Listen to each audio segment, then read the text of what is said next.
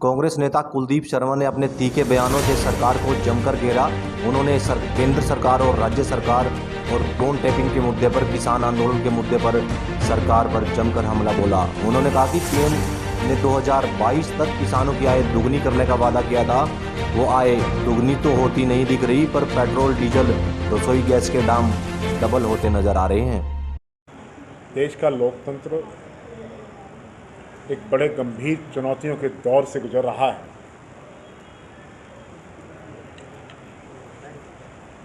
सैकड़ों साल के संघर्ष के बाद जो स्वतंत्रता हमने हासिल की, आज उस पर खतरा और खतरे के बादल मंडरा रहे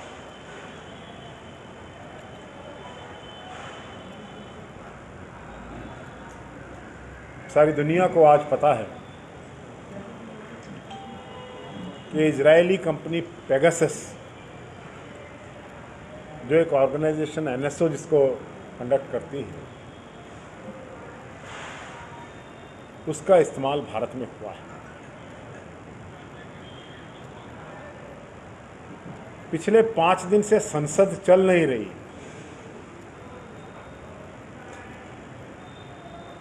विपक्ष का आरोप और आक्रोश इस बात पर है कि प्रधानमंत्री या देश के गृह मंत्री ने अभी तक पेगासस के बारे में कोई बयान तक नहीं दिया है। क्या था ये पेगासस?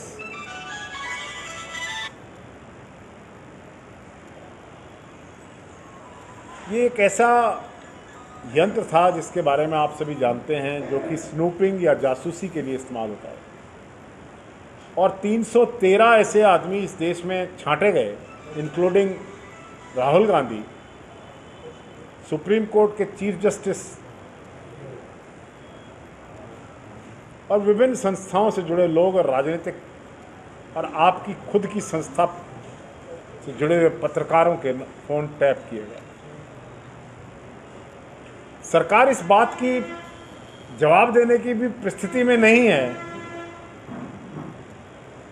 कि उन्होंने पेगासस खरीदा था या नहीं खरीदा था। इजराइल, जहां ये पेगासस बनता है, जहां की वो एनएसओ है, उन्होंने इंक्वायरी लॉन्च कर दी। जैसे राफेल के ऊपर हिंदुस्तान ने तो कोई इंक्वायरी नहीं की, लेकिन राफेल की गड़बड़ी के ऊपर फ्रांस की अदालत में इंक्वायरी लॉन्च हो चुकी।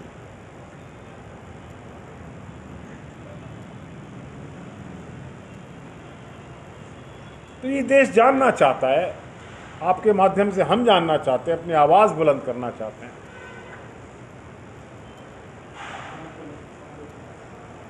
कि इस देश के अंदर स्नूपिंग टेररिस्ट की हो कोई बात नहीं, एंटी नेशनल ऑर्गेनाइजेशंस की हो कोई बात नहीं,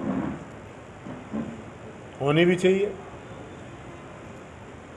देश में टेररिज्म से भी खतरा है, एंटी नेशनल लोगों से भी खतरा है, इसमें कोई बात, इस पर कोई लड़ाई नहीं। लेकिन राजनीतिक व्यक्तियों को, जुडिशियल इंस्टीट्यूशंस को, सुप्रीम कोर्ट के चीफ जस्टिस को, पत्रकारों को, पॉलिटिकल आदमियों का फ़ोन और सरकारें फ़ोन टैप करके गिराई जाएं, इस पर हमें सख्त नाराज़गी है। हम सच जानना चाहते हैं कि आपने किस किस का फ़ोन टैप किया। लेकिन सरकार तो ऐसी परिस्थिति में है कि ये भी कहने के लायक नहीं रही कि हमने पेगासस खरीदा है या नहीं खरीदा। कम से कम ये तो कहने खरीदा है या नहीं खरीदा। अगर खरीदा है तो किस पर इस्तेमाल किया गया, ये पूछने का हक लोकतंत्र में है। और इसी बात पर संसद में गतिरोध चल रहा है। दूसरी परिस्थिति किसानों की है। समझ में नहीं आ रहा अभी तक कि 9वां महीना चल रहा है किसानों के एजिटेशन का। ना तो सरकार अपनी बात उनको समझा पाई है, और ना सरकार ने किसानों की बात समझने की कोशिश की, जिसकी वजह से एक और गतिरोध देश में। दिल्ली की, इस देश की राजधानी की सीमाओं पर किसान दरवाजे खटखटा रहे हैं केंद्रीय सरकार के, परंतु कोई जवाब नहीं। बात करने के लिए तैयार नहीं। कहते हैं तैयार हैं तो बुलाओ। देश के अन्नदाता के ऊपर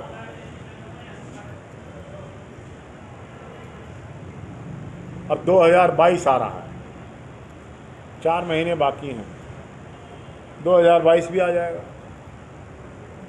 देश के प्रधानमंत्री ने सन 2015 में यह कहा था कि 2022 तक देश के किसानों की आमदनी दुगनी करना है।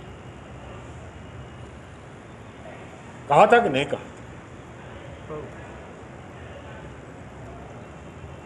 किसानों की आमदनी दुगनी नहीं, दुगना क्या हो? दुगना हो गया पेट्रोल का भाव, दुगना हो गया डीजल का सबसे ज़्यादा इस्तेमाल करने वाला किसान, डीजल का भाव, दुगना हो गया हर घर में जो देश में 53 करोड़ गैस कनेक्शंस हैं, वो सिलेंडर जो 400 रुपये से कम भाव का कांग्रेस की सरकार में मिलता था सब्सिडी समेत, वो आज 800 रुपये से ऊपर चला गया, दुगने हो गए। बाकी जो दालें हैं, तेल है, खाने का तेल है, क्या उसके भाव दुगने नहीं हो गए? 200 रुपये से ऊपर की बोतल लगा, हर चीज का भाव बढ़ गया, दुगना हो गया। धन्यवाद प्रधानमंत्री जी का, कुछ तो दुगना किया। लेकिन किसान जो सरकार के सामने हाथ फैलाए बैठा है, उसकी आमदनी दुगनी नहीं।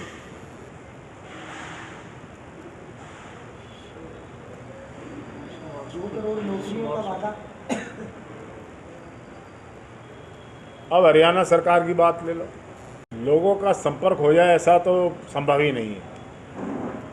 मुख्यमंत्री जी ने एक अपना प्रतिनिधि यहाँ बिठा दिया है।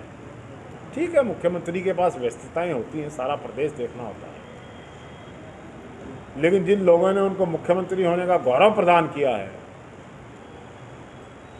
क्या उन लोगों को हक नहीं है? ये स्मार्ट सिटी बना के डिक्लेयर कर दिया। अब आप बताएं इसमें क्या स्मार्ट हो गया? How it is a smart city? सड़कों पर, गलियों में, नालियों में जल भराव, एक बारिश से सरकार के एडमिनिस्ट्रेशन की पोल खुल जाती है, शहर डूब जाता है, मेन होल स्टॉर्म वाटर्स के मैनेजमेंट। ये स्मार्ट सिटी का हाल है जिसको 6 साल पहले स्मार्ट सिटी डिक्लेयर किया गया, जहां पर अब ये कहा जा रहा है कि सैकड़ों करोड़ रुपया खर्च हो चुका है इसको स्मार्ट बनाने में। वो खर्च कहां हुआ है, किस चीज पर हुआ है, वो नजर भी तो आना चाहिए। वो नजर नहीं आ रहा। ऐसे परिप्रेक्ष्य में मैं सरकार से जानना चाहता हूं, मुख्यमंत्री जी से जानना चाहता हूं, एडमिनिस्ट्रेशन से जानना चाहता हूं, प्रशासन से, जो लोग सरकार चला रहे हैं उनसे जानना चाहता हूं कि मेरी चुनौती है कि आओ किसी पटल पर बहस करें करनाल की डेवलपमेंट पर, करनाल के स्मार्ट सिटी स्टेटस पर। अगर आप बहस नहीं करना चाहते, मुझे पता आप में साहस नहीं है, आप जनता को फेस कर नहीं सकते, तो मेरा निवेदन है श्वेत पत्र जारी कर दो कि हमने ये कर दिया, स्मार्ट सिटी में 800,000 करोड़ रुपए यहाँ खर्च हो गया। ठीक है, दिखाओ।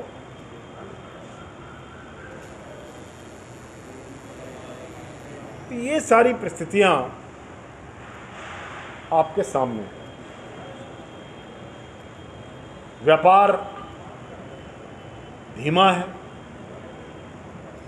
सरदार मनमोहन सिंह ने कहा है देश की अर्थव्यवस्था का 1991 वाला हाल हो जाने वाला है, उससे बुरा हो जाने वाला है। दुकानदार भाइयों से पूछिए, व्यापारियों से पूछ गया। पुलवामा काम आ गया, यहाँ पर मेंबर पार्लियामेंट बन गए, जो म्यूनिसिपल कमिश्नर नहीं बने वो मेंबर पार्लियामेंट बन गए। 2 बार आ गया, वो कहाँ है?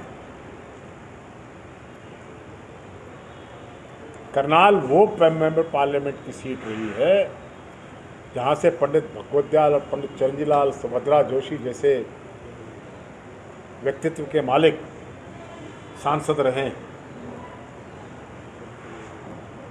अब है कोई व्यक्तित्व? सांसद नदारद है, एब्सेंट है।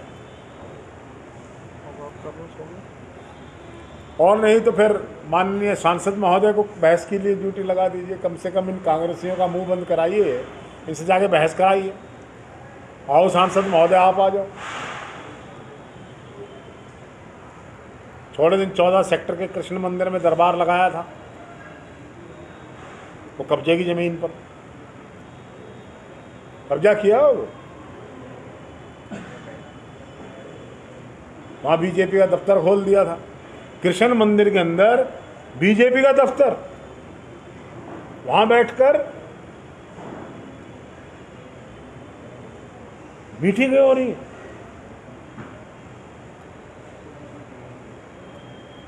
मैंने कहा इतने नजदीक भगवान के ना जाओ, क्योंकि सच्चाई पता है भगवान को। फिर वहां से भी अपना टांडा टीरा कहते हैं हमारी देसी भाषा में, उठा के भाग गए। अब कहाँ हैं?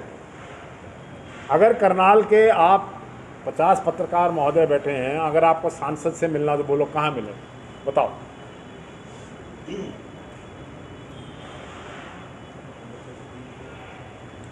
उनका दृष्टिकोण ही नहीं, सोच ही नहीं, वो स्तर ही नहीं। तो पार्लियामेंट्री डिबेट्स में जाओ, पार्लियामेंट में करनाल की आवाज़, करनाल के लोगों की आवाज़ करो, हरियाणा की आवाज़ पैदा करो। कभी सुना है? कभी सुना है क्या कि करनाल के मेंबर पार्लियामेंट ने देश की संसद के अंदर करनाल की और हरियाणा की आवाज़ उठाई? देखे भी नहीं कभी, गाली जरूर देते हैं। हाँ, जब गाली देनी हो तो वो करनाल आते हैं।